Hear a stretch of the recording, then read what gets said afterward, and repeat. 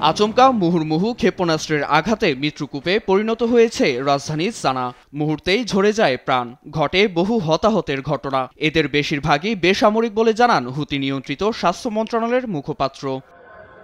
ইয়েমেনের সশস্ত্র বাহিনী হুতি বিদ্রোহীদের লক্ষ্য করে রাজধানী সানায় ভয়াবহ বিমান হামলা চালায় মার্কিন সামরিক বাহিনী।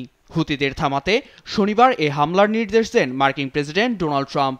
বলেন, লোহিত সাগরে জাহাজে হামলা বন্ধ না হলে নরক বৃষ্টি ঝরবে ইয়েমেনে।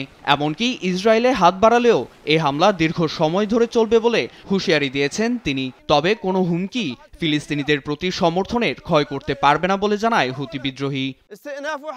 দ্বিতীয় মেয়াদে ট্রাম্প ক্ষমতায় আসার পর মধ্যপ্রাচ্যে এটি ছিল যুক্তরাষ্ট্রের সবচেয়ে বড় সামরিক অভিযান। মূলত মার্কিন জাহাজে হুতির হামলার অভিযোগ এনে এ হুমকি দেয় ট্রাম্প। 4 মাস আগেই ইরানের অর্থায়নে মার্কিন যুদ্ধ জাহাজ ও সেনাদের উপর হামলা চালানোর অভিযোগও করেন তিনি। শনিবার সোশ্যাল মিডিয়ার ট্রুথের এক পোস্টে মুখ খুলেন ট্রাম্প।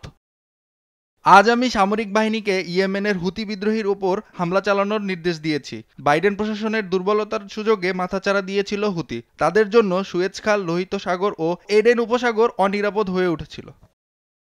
এছাড়া হুতিদের পৃষ্ঠপোষক ইরানকেও হুমকি দেন ট্রাম্প। বিদ্রোহী গোষ্ঠীকে সহায়তা দেওয়া বন্ধ না করলে ইরানকেও জবাবদিহির আওতায় আনার হুমকি দেন তিনি। এশিয়া ও ইউরোপের মধ্যে সংযোগের সবচেয়ে দ্রুততম পথ এই লোহিত সাগর। গাজায় ফিলিস্তিনিদের উপর হামলার প্রতিবাদে লোহিত সাগরে 2023 থেকে 2024 এর অক্টোবর পর্যন্ত 190 বার হামলা চালায় বিদ্রোহী গোষ্ঠী হুতি। নীরব দাস, নিউজ ডেস্ক, দেশ টিভি।